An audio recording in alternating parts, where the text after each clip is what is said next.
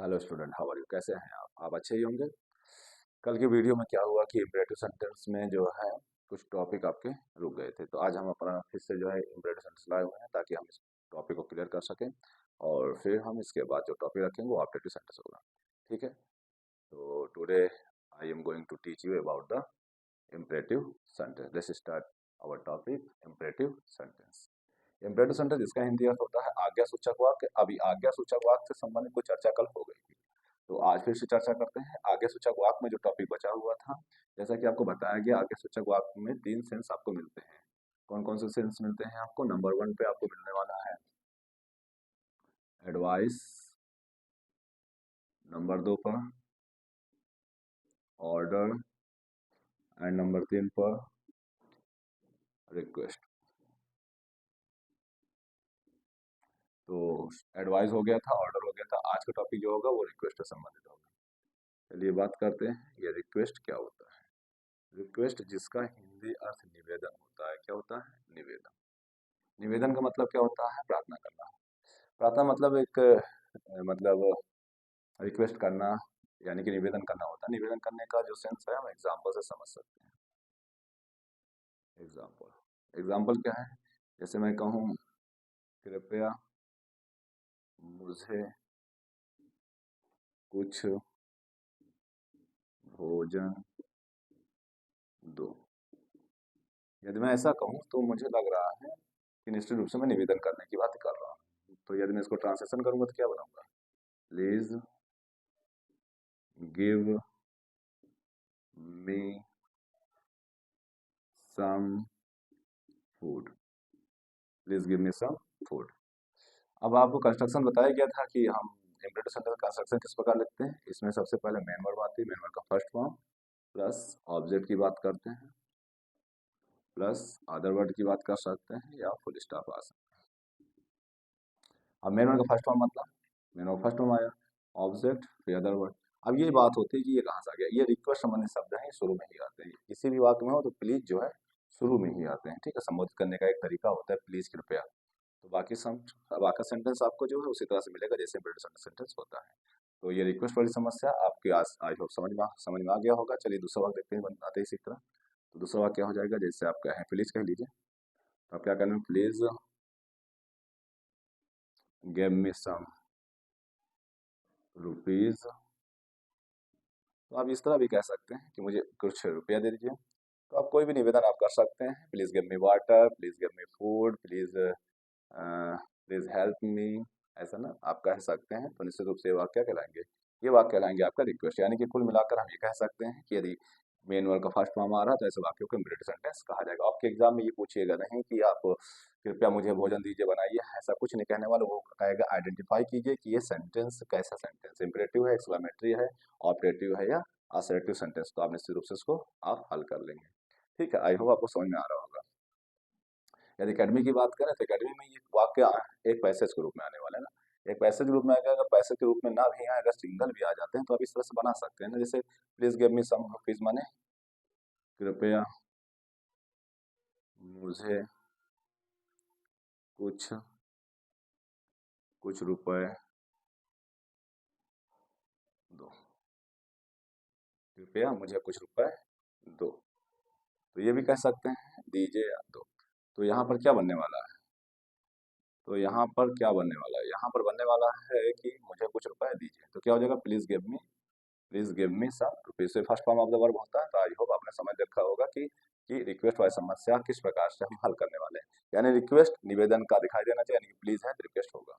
ठीक है, तो अगला टॉपिक शुरू करते हैं। इसी में एक टॉपिक आपका आने वाला है लेट वाले वाक्य। कुछ लेट वाले वाक्य भी आते हैं और वो समस्या बनाते हैं। चलिए देखते हैं, आज लेट वाले वाक्य को भी समझ लेते हैं। लेट वाले वाक्य क्या होते हैं?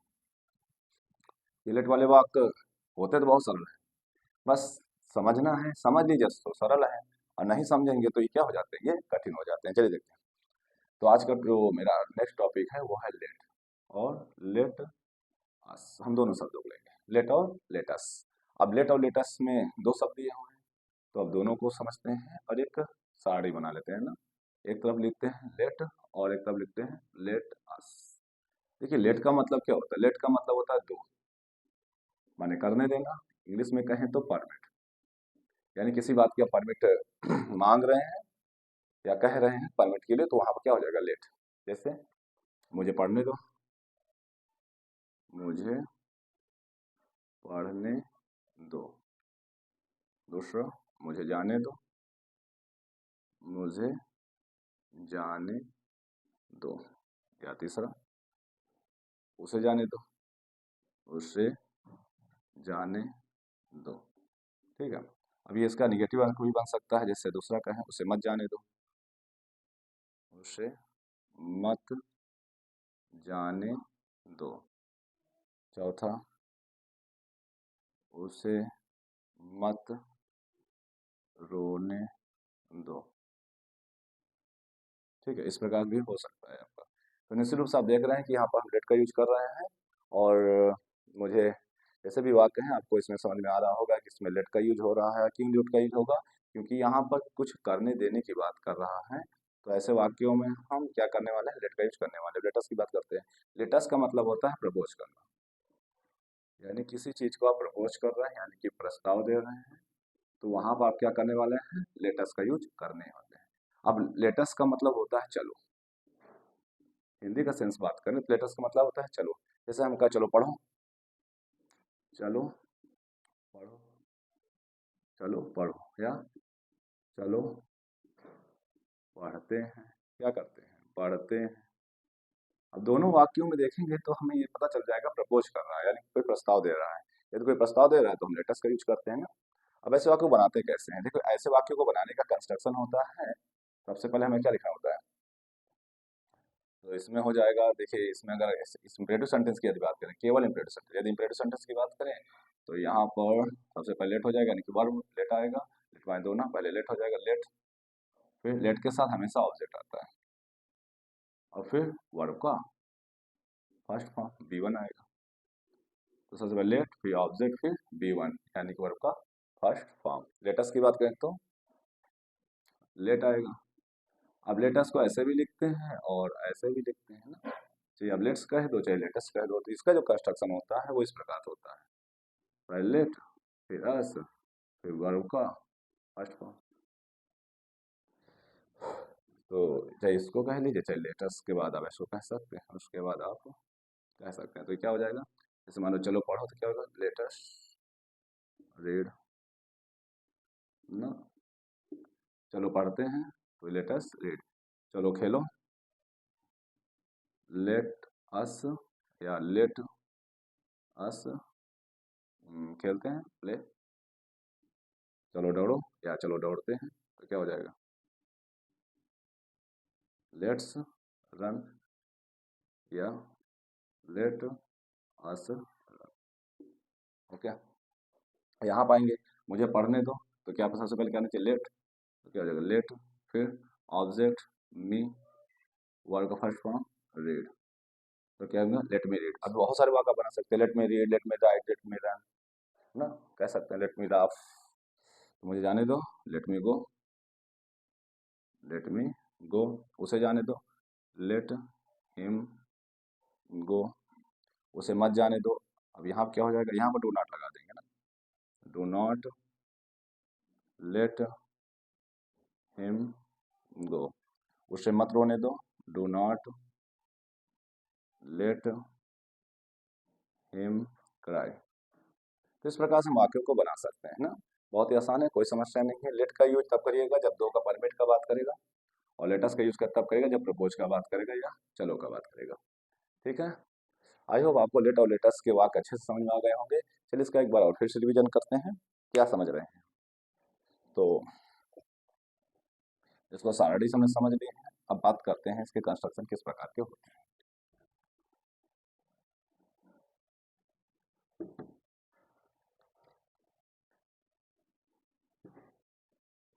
यदि लेट की बात करेंगे, लेट, लेट माने क्या होता है, दो। दो माने परमिट मांग रहा है या परमिट दे रहा है, ठीक है, किसी कार्य को करने के लिए बात कर रहा है। तो ऐसे वाक्यों में यदि हम अफर्मेटिव की बात करें, अफर्मेटिव की बात करें, तो अफर्मेटिव में क्या होगा, अफर्मेटिव होगा सबसे पहले लेट, और फिर ऑब्जेक्ट प्लस मेन वर्ब का first form plus plus other word भी कर सकते हैं या फुल स्टॉप कर दीजिए। ठीक है, फुल स्टॉप कैसे होता है ऐसा। यदि निगेटिव का बात करेंगे तो मना कर रहा है, तो मना कर रहा तो क्या हो जाएगा, do not plus let plus object plus main word का first form plus other word plus full stop. ठीक है, अब ये लेट का यूज हम एक मेन वर्ब की तरह और भी कर सकते हैं। जैसे हम कहें, यदि आप इसमें टेंस में यूज करना चाहें, इसको टेंस में यूज यदि लेट का करना चाहें तो किस प्रकार से करेंगे। लेट को मेन वर्ब मान लेंगे। जैसे वह मुझे जाने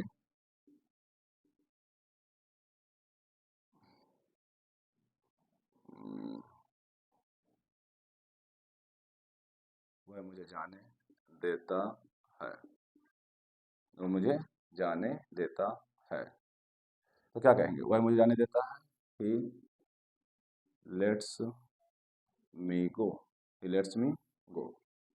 दूसरा वाक्य दे रहे, वह मुझे जाने दे रहा है, दे रहा है। तो यहाँ क्या करेंगे, ही इज लेटिंग मी गो। इस तरह से हम इसका यूज एक मेन वर्ब की तरह कर सकते हैं। लेकिन इस बात का जरूर ध्यान देते हैं, इसके कंस्ट्रक्शन में हमेशा एक सब्जेक्ट लिखेंगे, फिर हेल्पिंग वर्ब लिखेंगे, फिर लेट लिखेंगे, फिर एक ऑब्जेक्ट होगा और फिर मेन वर्ब का फर्स्ट फॉर्म होगा, फिर अदर वर्ड होगा, फिर फुल स्टॉप होगा। इस बात का ध्यान रखेंगे, ये कंस्ट्रक्शन फॉलो करेंगे। अब इस कंस्ट्रक्शन फॉर्म हेल्पिंग वर्ब में कभी इज आर एम आएगा तो या आई एन जी आ जाएगी, या सी आई एस आएगा, सेकेंड फॉर्म आएगा ना, हैड आएगा, थर्ड फॉर्म आएगा, बहुत सारी चीजें आप कर सकते हैं। इस प्रकार से आप इस कंस्ट्रक्शन का यूज करके बहुत सारी बात आप बना सकते हैं आसानी से, कोई समस्या नहीं होने वाली है। इस बात का लेकिन ध्यान रखिएगा, लेट आए तो इस लेट के बाद हमेशा ऑब्जेक्ट आएगा। लेट के बाद क्या आएगा, लेट के बाद हमेशा ऑब्जेक्ट आएगा, और ऑब्जेक्ट बाद मेन वर्ब का फर्स्ट फॉर्म आने वाला। लेट के साथ क्या आने वाला है, मेन वर्ब का फर्स्ट फॉर्म आने वाला है, ऑब्जेक्ट प्लस मेन वर्ब का फर्स्ट फॉर्म। यदि वाक्य की बात करें, यदि हम वाक्य की बात करें तो हम किस प्रकार के वाक्य बना सकते हैं। चलिए फिर से एक बार देख लेते हैं किस प्रकार का वाक्य बनाने वाले हैं। जैसे कहें, उसे पढ़ने दो, उसे पढ़ने दो। अब यहाँ पे दो आ गया, परमिट का बात कर रहा है, तो हम यहाँ क्या लिखने वाले हैं, हम लिखने वाले हैं उसे पढ़ने दो, let him read, let him read, उसे पढ़ने दो, लेट हिम रीड। दूसरा करते हैं, उसे जाने दो, लेट हिम गो, उसे जाने दो। अब यहाँ पे लेट आया, हिम आया और मेन वर्ड का फर्स्ट फॉर्म। ठीक है, आई होप समझ में आ रहा होगा। तो वैसे भी लेट हिम गो, तो आई होप समझ में आ रहा होगा, निश्चित रूप समझ आ रहा होगा। अब यदि हम नेगेटिव की बात करें तो इसी नेगेटिव बना सकते हैं। शुरू में क्या लगा दें, शुरू में आप डू नॉट लगा दीजिए तो क्या हो जाएगा, do not let him go, उसे मत जाने दो, मत जाने दो। दूसरा वैसी वाक देते हैं, डू नॉट हिम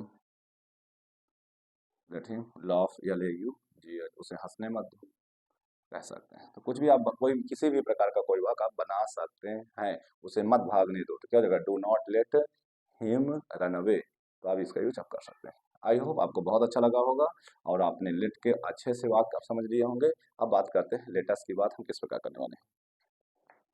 यहीं पर हम लेटस को भी समझ लेते हैं, लेटस क्या है।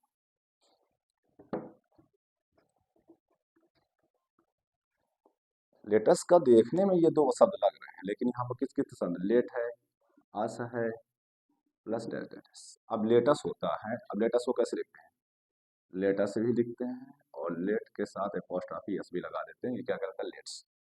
इन सभी का मतलब होता है प्रस्ताव, किसी कार्य को करने के लिए आप प्रस्ताव दे रहे हैं। यदि प्रस्ताव दे सकते हैं, और एक बात भी है और कैसे नेगेटिव भी इसका बन सकता है ना। चलिए देखते हैं प्रस्ताव कैसे प्रस्ताव होगा। यहाँ जैसे मान लीजिए मैं कहूँ, चलो पढ़ते हैं, चलो पढ़ते हैं। अब यहाँ पे चलो शब्द आ गया। अब चलो का मतलब क्या होगा, चलो का मतलब क्या हो? चलो का मतलब यही तो है, प्रस्ताव। क्या है? जैसे यहाँ पर दो है, यहाँ पर चलो है। चलो माने प्रस्ताव, तो क्या हो जाएगा? लेटस। चलो का मतलब क्या होगा? लेटस, तो क्या हो जाएगा? लेट अस, पढ़ते हैं। लेटस रीड, चलो पढ़ते हैं। चलो खेलते हैं। चलो खेलते हैं। इसका क्या बनेंगे? Let us play. Let's play. I hope आपको लेटेस्ट वाले वाक्य भी समझ में आ गया होंगे। यदि हम इसका निगेटिव चाहिए तो मान लीजिए अफर्मेटिव हो गया। क्या हो गया? अफर्मेटिव। यदि हम इसका निगेटिव बनाना चाहें तो हम इसको निगेटिव भी बना सकते हैं। निगेटिव कैसे बनाएंगे? अब इसमें दो चीजें निगेटिव बनाएंगे। यदि हम चाहें तो लेटर से पहले भी डू नॉट लगा सकते हैं। यदि हम चाहें तो इस ऑब्जेक्ट के बाद हम नॉट का यूज कर सकते हैं। जैसे हम यदि इसको निगेटिव बनाते क्या बनाएंगे? Do not let us read. इस तरह भी बना सकते हैं। यदि हम इस तरह नहीं बनाना चाहें तो हम इस तरह से बना सकते हैं इसको, और कह दें तो यहाँ क्या हो जाएगा? Let us not read. Let us not read. Let us not read. कुल मिला के ये कह सकते हैं कि ऑब्जेक्ट बाद हम नॉट का यूज कर सकते हैं, जिससे इसमें करते हैं। इसमें भी यही किया जा सकता है। Let me not read. Let me not read कर सकते हैं, ऐसे इसी में let us not read. Let us not read. इस प्रकार से लेट अस, लेट वाले वाक्य और ऑर्डर संबंधित, रिक्वेस्ट संबंधित आपने बहुत अच्छे से वाक्य समझ लिए हैं। आज जो है इम्परेटिव सेंटेंस में बस इतना ही है। अच्छे से प्रैक्टिस करिए। ना समझ में आए तो आप जो है कमेंट करिए, आपको दोबारा इन चीज़ों को बताया जाएगा। ठीक है, आज हम इम्परेटिव सेंटेंस यहीं समाप्त करते हैं। Thank you very much. कल हम जो है ऑपरेटिव सेंटेंस लेकर आएंगे और ऑपरेटिव एक्सक्लेमेटरी एक साथ लेकर आएंगे। ठीक है, या हो सकता है अगर अगर लगता है कि हाँ कि हमें अलग अलग ही जो है देना चाहिए तो हम ऑपरेटिव और एक्सक्लेमेटरी अलग अलग भी जो है वीडियो अपलोड कर सकते हैं। ठीक है, तब तक के लिए बहुत बहुत धन्यवाद आप सभी का देखने के लिए। और इस बात का जरूर ध्यान दीजिए, अगर कोई समस्या हो जरूर लिखिएगा। ठीक है, थैंक यू वेरी मच। नमस्कार।